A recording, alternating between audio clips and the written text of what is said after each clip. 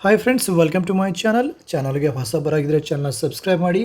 So Sunday ಏನು KSET ಎಕ್ಸಾಮ್ಗೆ ಹೋಗ್ತಾ ಇದ್ದೀರಾ ಅವರಿಗೆ ಮೋಸ್ಟ್ ಇಂಪಾರ್ಟೆಂಟ್ ಇನ್ಸ್ಟ್ರಕ್ಷನ್ ಸೂಚನೆಗಳಿವೆ. ವಸ್ತ್ರ ಸಂಹಿತೆ ಬಗ್ಗೆನೂ ಮಾಹಿತಿ ಇದೆ, ಪುರುಷ ಮತ್ತು ಮಹಿಳಾ ಅಭ್ಯರ್ಥಿಗಳ. ಸೊ ಕಂಪ್ಲೀಟ್ ಆಗಿರೋ ಡೀಟೇಲ್ಸ್ ಇದೆ ನೋಡಿ, ಭಾಳ ಇಂಪಾರ್ಟೆಂಟು. ಇಲ್ಲದೇ ಇದ್ದರೆ ನಿಮಗೆ ಅಲೋವೇ ಮಾಡಲ್ಲ, ಅಲ್ಲಿ ಭಾಳ ಒಂದು ಸಮಸ್ಯೆಗಳನ್ನು ನೀವು ಎದುರಿಸಬೇಕಾಗುತ್ತೆ. ನೋಡಿ, ಪುರುಷ ಅಭ್ಯರ್ಥಿಗಳಿಗೆ ವಸ್ತ್ರ ಸಂಹಿತೆ ಯಾವ ರೀತಿ ಇರಬೇಕು, ಯಾವ ಡ್ರೆಸ್ ಇರಬೇಕು ಅಂತ ಮೆನ್ಷನ್ ಮಾಡಿದ್ದಾರೆ. ಪರೀಕ್ಷೆಯ ದಿನದಂದು ಪೂರ್ಣ ತೋಳಿನ ಶರ್ಟ್ಗಳನ್ನು ಅನುಮತಿಸಲಾಗುವುದಿಲ್ಲ. ಉದ್ದು ತೋಳಿನ ಅಂಗಿ ನಡೆಯುವುದಿಲ್ಲ ಫ್ರೆಂಡ್ಸ್ ಪುರುಷ ಅಭ್ಯರ್ಥಿಗಳಿಗೆ. ಇನ್ನು ಪುರುಷ ಅಭ್ಯರ್ಥಿಗಳು ಅರ್ಧ ತೋಳಿನ ಶರ್ಟ್ಗಳನ್ನು ಧರಿಸುವುದನ್ನು ಖಚಿತಪಡಿಸ್ಕೊಳ್ಬೇಕು. ಹಾಫ್ ಶರ್ಟ್ ಹಾಕೊಂಬರಬೇಕು, ಇಲ್ಲ ಅಂದರೆ ಹಾಫ್ ಟಿ ಶರ್ಟ್.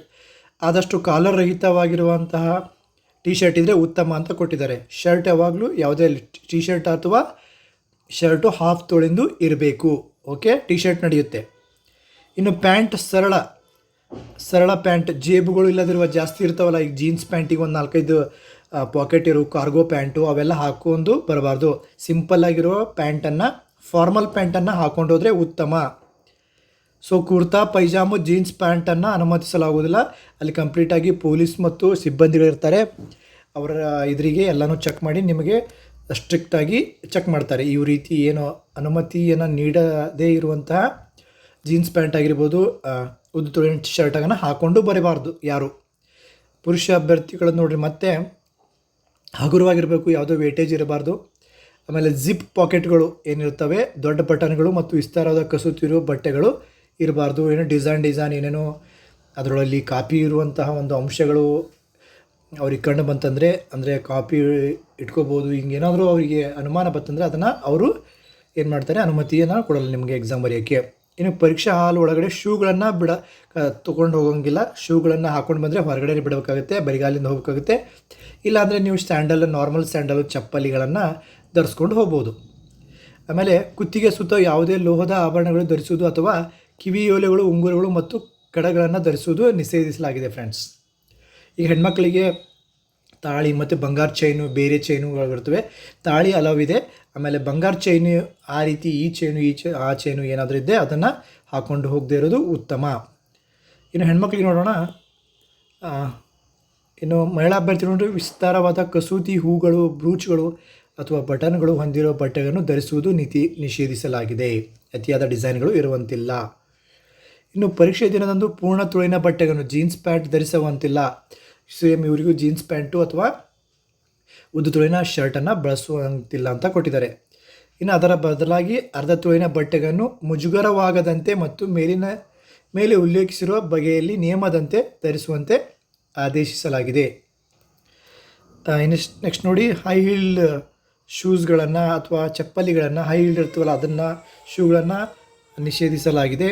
ಆಮೇಲೆ ಚಪ್ಪಲಿಗಳನ್ನು ಏನು ದಪ್ಪವಾದ ಅಡಿಭಾಗಿರುವಂಥ ಚಪ್ಪಲಿಗಳನ್ನು ಧರಿಸುವಂತಿಲ್ಲ. ತೆಳುವಾದ ಅಡಿಭಾಗ ಹೊಂದಿರೋ ಚಪ್ಪಲಿಗಳನ್ನು ಧರಿಸುವುದು ಕಡ್ಡಾಯವಾಗಿದೆ. ಹಾಗೆ ಏನಾದರೂ ಧರಿಸ್ಕೊಂಬಂದರೆ ಹೊರಗಡೆ ಬಿಟ್ಟು, ಪೂರಾ ಎಲ್ಲಿ ಸೆಂಟರ್ ಇರುತ್ತೆ ಭಾಳ ದೂರ ಬಿಟ್ಟು ನೀವು ಹೋಗಬೇಕಾಗುತ್ತೆ. ಇನ್ನು ಮಹಿಳಾ ಅಭ್ಯರ್ಥಿಗಳು ಯಾವುದೇ ರೀತಿಯ ಲೋಹದ ಆಭರಣಗಳನ್ನು ಧರಿಸುವುದನ್ನು ನಿಷೇಧಿಸಿದೆ, ಮಂಗಳಸೂತ್ರ ಮತ್ತು ಕಾಲುಂಗರಗಳನ್ನು ಹೊರತುಪಡಿಸಿ. ನೆಕ್ಸ್ಟ್ ನೋಡಿ, ಇನ್ನೊಂದು 2-3 ಇನ್ಸ್ಟ್ರಕ್ಷನ್ಸು.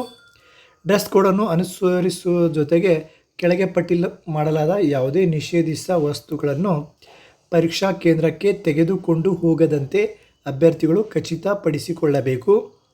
ಇನ್ನು ನೋಡಿ, ಎಲೆಕ್ಟ್ರಾನಿಕ್ ವಸ್ತುಗಳು, ಮೊಬೈಲ್ ಫೋನ್ಗಳು, ಪೆನ್ಡ್ರೈವ್ಗಳು, ಇಯರ್ಫೋನ್ಗಳು, ಮೈಕ್ರೋಫೋನ್ಗಳು, ಬ್ಲೂಟೂತ್ ಸಾಧನಗಳು ಮತ್ತು ಕೈ ಗಡಿಯಾರಗಳನ್ನು ಪರೀಕ್ಷಾ ಕೊಠಡಿಯೊಳಗೆ ಅನುಮತಿಸಲಾಗುವುದಿಲ್ಲ. ಎಲ್ಲ ರೀತಿಯ ಗಡಿಯಾರಗಳನ್ನು ಅವರು ಅನುಮತಿಸಲಾಗುವುದಿಲ್ಲ. ಯಾವುದು ಡಿಜಿಟಲ್ ಇರಲಿ, ಅನಲಾಗ್ ಇರಲಿ, ಯಾವುದನ್ನು ಅವರು ಬಿಡೋದಿಲ್ಲ. ಯಾಕಂದರೆ ಅಲ್ಲಿ ನಿಮ್ಮ ಹಾಲಲ್ಲಿ ಎಕ್ಸಾಮ್ನ ಸಂಬಂಧಿಸಿದಂತೆ ಒಂದು ಗಡಿಯಾರ ಇರುತ್ತೆ ಮತ್ತು ಬೆಲ್ಗಳನ್ನು ಮುಖಾಂತರ ನಿಮಗೆ ಟೈಮನ್ನು ಕೂಡ ತಿಳಿಸ್ತಾರೆ. ಮೇಲ್ವಿಚಾರಕರಿರ್ತಾರೆ, ಅವರಿಗೆ ನೀವು ಕೇಳಿ ಟೈಮನ್ನು ತಿಳ್ಕೊಬೋದು. ಇನ್ನು ತಿನ್ನಬಹುದಾದ ಪದಾರ್ಥಗಳನ್ನು ಪರೀಕ್ಷಾ ಕೊಠಡಿಯೊಳಗೆ ತರುವುದನ್ನು ಹಾಗೂ ತಿನ್ನುವುದನ್ನು ನಿಷೇಧಿಸಲಾಗಿದೆ. ಬಣ್ಣದ ಹಾಗೂ ಲೋಹದ ಕುಡಿಯುವ ನೀರಿನ ಬಾಟಲಿಯೂ ಸಹ ಅನುಮತಿ ಇರುವುದಿಲ್ಲ. ಯಾವುದೇ ರೀತಿಯ ಬಾಟಲಿಗಳನ್ನು ನೀರನ್ನು ಒಯ್ಯುವಂತಿಲ್ಲ. ಯಾಕಂದರೆ ಪರೀಕ್ಷಾ ಕೇಂದ್ರದಲ್ಲಿ ಕುಡಿಯುವ ನೀರಿನ ವ್ಯವಸ್ಥೆ ಇರುತ್ತೆ ಫ್ರೆಂಡ್ಸ್. ಇನ್ನು ಏನೋ ಟ್ಯಾಬ್ಲೆಟ್ಸ್ ಇದ್ದರೆ ನೀವು ಅವರಿಗೆ ಮೇಲ್ವಿಚಾರಕರಿಗೆ ತಿಳಿಸ್ಬಿಟ್ಟು ನೀವು ಒಯ್ಬೋದು. ಅಲ್ಲೇ ಅವ್ರಿಗೆ ತಿಳಿಸ್ಬಿಟ್ಟು ಅಲ್ಲಿ ಇಡ್ಬೋದು. ಇವನು ಟ್ಯಾಬ್ಲೆಟ್ಸ್ ಆ್ಯಂಡ್ ಏನೋ ಮೆಡಿಕಲ್ ಇಶ್ಯೂಸ್ ಏನಾದರೂ ಇದ್ದರೆ. Pencil, paper, eraser, geometry box ಮತ್ತು ಲಾಗ್ ಟೇಬಲ್ಗಳನ್ನು ಪರೀಕ್ಷಾ ಕೇಂದ್ರಗಳಲ್ಲಿ ತರುವಂತಿಲ್ಲ. ತಲೆಯ ಮೇಲೆ ಟೋಪಿ, ಹ್ಯಾಟ್ ಬಳಸುವಂತಿಲ್ಲ. ಯಾವುದೇ ರೀತಿಯ ಮುಖ ಮುಚ್ಚುವಂಥ ಮಾಸ್ಕ್ಗಳನ್ನು ಧರಿಸುವಂತಿಲ್ಲ. ಪರೀಕ್ಷೆ ದಿನ ಏನು ತರಬೇಕು? ಎಲ್ಲ ತರಬಾರ್ದು ಆಯಿತು. ಏನು ತರಬೇಕಂತಂದರೆ ಪ್ರವೇಶ ಪತ್ರವನ್ನು ತರಬೇಕು. ಆದಷ್ಟು ನೀವು ಕಲರಲ್ಲಿ ತೆಗೆದುಕೊಂಡು ಬಂದರೆ ಉತ್ತಮ. ಜೆರಾಕ್ಸ್ ನಡೆಯುತ್ತೆ, ಬ್ಲ್ಯಾಕ್ ಆ್ಯಂಡ್ ವೈಟ್ ನಡೆಯುತ್ತೆ. ಕಲರ್ ತಂದರೆ ಅವಕಾಶ ಸಿಕ್ಕರೆ ಕಲರ್ ತೊಗೊಂಡ್ಬಂದು ನೀವು ತರಬೋದು. ಇನ್ನು ಸರ್ಕಾರದಿಂದ ಮಾನ್ಯತೆ ಪಡೆದ ಫೋಟೋ ಗುರುತಿನ ಚೀಟಿಯನ್ನು ತರೋದು ಕಡ್ಡಾಯವಾಗಿದೆ. ಫೋಟೋ ಗುರುತಿನ ಚೀಟಿ ಅಂದರೆ ಆಧಾರ್ ಕಾರ್ಡ್ದಲ್ಲಿ ನಮ್ಮ ಫೋಟೋ ಇರುತ್ತೆ, ಪ್ಲಸ್ ನಮ್ಮ ಹೆಸರು ವಿಳಾಸ ಇರುತ್ತೆ. ಆಮೇಲೆ ಪ್ಯಾನ್ ಕಾರ್ಡಲ್ಲಿ ನಮ್ಮ ಹೆಸರು ಇರುತ್ತೆ, ನಮ್ಮ ಫೋಟೋನೂ ಇರುತ್ತೆ. ಫೋಟೋ ಗುರುತಿನ ಚೀಟಿಯನ್ನು ಮಾತ್ರ ತರಬೇಕು. ನೋಡಿರಿ, ಪರೀಕ್ಷೆಯ ಕೊನೆಯ ಬೆಲ್ ಆಗುವವರೆಗೆ ಅಭ್ಯರ್ಥಿಗಳು ಪರೀಕ್ಷಾ ಕೊಠಡಿಯಿಂದ ಹೊರಗೆ ಹೋಗಲು ಅನುಮತಿ ಇರುವುದಿಲ್ಲ. ನೋಡಿ, ನಿಗದಿಪಡಿಸಲಾದ ವಸ್ತ್ರ ಸಂಹಿತೆಯನ್ನು ಅಭ್ಯರ್ಥಿಗಳು ಕಡ್ಡಾಯವಾಗಿ ಪಾಲಿಸತಕ್ಕದ್ದು. ಇಲ್ಲವಾದಲ್ಲಿ ನಿಯಮಾನುಸಾರ ಅಭ್ಯರ್ಥಿಗಳ ಮೇಲೆ ಕಠಿಣ ಕ್ರಮವನ್ನು ಜರುಗಿಸಲಾಗುವುದು. ಅವರು ನಿಮ್ಮ ಪರೀಕ್ಷೆ ಬರೆಯೋಕ್ಕೆ, ಎಕ್ಸಾಮ್ ಬರೆಯೋಕ್ಕೆ ಅವರು ಅನುಮತಿನೇ ಮಾಡಲ್ಲ, ಒಂದು ವೇಳೆ ನೀವೇನಾದರೂ ವಸ್ತ್ರ ಸಂಹಿತೆಯನ್ನು ಪಾಲಿಸದೇ ಇದ್ದ ಪಕ್ಷದಲ್ಲಿ. ಇನ್ನೇನು ಪರೀಕ್ಷೆ ಫೋಟೋ ಗುರುತಿನ ಚೀಟಿ ಅಂತಂದರೆ ಯಾವ್ಯಾವ ಬರುತ್ತೆ ಅಂತ ನೋಡಿ ಫ್ರೆಂಡ್ಸ್. ನೀವೇನು ಹಾಲ್ ಟಿಕೆಟ್ ಡೌನ್ಲೋಡ್ ಮಾಡ್ತೀರಾ ಅದ್ರ ಹಿಂದೆ ಕೊಟ್ಟಿರ್ತಾನೆ. For example Aadhaar card, driving licence, passport, PAN card, voter ID ಅಂದರೆ ಮತದಾರ ಗುರುತಿನ ಚೀಟಿ ಹಾಜರುಪಡಿಸಿದ್ರೆ ಮಾತ್ರ ಅಭ್ಯರ್ಥಿಯನ್ನು ಪರೀಕ್ಷಾ ಕೊಠಡಿ ಒಳಗೆ ಅವರು ಎಕ್ಸಾಮ್ ಬರೆಯೋದಕ್ಕೆ ಬಿಡ್ತಾರೆ. ಆದಷ್ಟು ನನ್ನ ಸಜೆಷನ್ ಅಂತಂದರೆ ಒಂದು ಒರಿಜಿನಲ್ ತರಬೇಕು. ನೀವು ಒರಿಜಿನಲ್ ಇರಬೇಕು, ಒಂದು ಆಧಾರ್ ಕಾರ್ಡು ಒರಿಜಿನಲ್ ತೊಗೊಂಬರ್ರಿ ಎಕ್ಸಾಮ್. ಅದರ ಜೊತೆಗೆ ಒಂದು ಜೆರಾಕ್ಸ್ ಆಧಾರ್ ಕಾರ್ಡನ್ನು ತೊಗೊಂಡು ನೀವು ಹಾಲ್ ಟಿಕೆಟ್ಗೆ ಅಟ್ಯಾಚ್ ಮಾಡ್ಕೊಂಡು ಇಡ್ರಿ. ಒಂದು ಒರಿಜಿನಲ್ ಇರುತ್ತೆ ನಿಮ್ಮ ಕಡೆ ಕಾರ್ಡು, ಒಂದು ಜೆರಾಕ್ಸನ್ನು ನೀವು ಹಾಲ್ ಟಿಕೆಟ್ಗೆ ಎಕ್ಸ್ಟ್ರಾ ಇಟ್ಕೊಂಡು ಹೋಗ್ರಿ, ಸಮಸ್ಯೆ ಆಗೋದಿಲ್ಲ. ಇಲ್ಲ ಅಂದರೆ ಪ್ಯಾನ್ ಕಾರ್ಡ್ ಒಂದು ಜೆರಾಕ್ಸ್ ಮಾಡ್ಕೊಡಿ, ಪ್ಯಾನ್ ಕಾರ್ಡು ಒರಿಜಿನಲ್ನು ಒಯ್ಯಿರಿ, ಎರಡೂ ಒಯ್ಯಿರಿ, ಹೋದರೆ ಉತ್ತಮ. ಬಟ್ ಒರಿಜಿನಲ್ ತರೋದು ಕಂಪಲ್ಸರಿಯಾಗಿ ಇದೆ ಫ್ರೆಂಡ್ಸ್. ಇದಿಷ್ಟು ಮಾಹಿತಿ ಫ್ರೆಂಡ್ಸ್.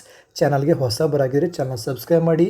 ಮತ್ತೇನಾದರೂ ಬೇಕಾದರೆ ಕಮೆಂಟ್ ಬಾಕ್ಸಲ್ಲಿ ಕಮೆಂಟ್ ಮಾಡಿ, ಅಲ್ಲಿ ನಿಮಗೆ ಆನ್ಸರ್ ಕೊಡ್ತೀನಿ ಅಂತ ಹೇಳ್ತಾ ಎಲ್ರಿಗೂ ಫ್ರೆಂಡ್ಸ್ ಆಲ್ ದ ಬೆಸ್ಟ್. ಎಲ್ಲರೂ ಪಾಸಾಗಿ have a great year friends.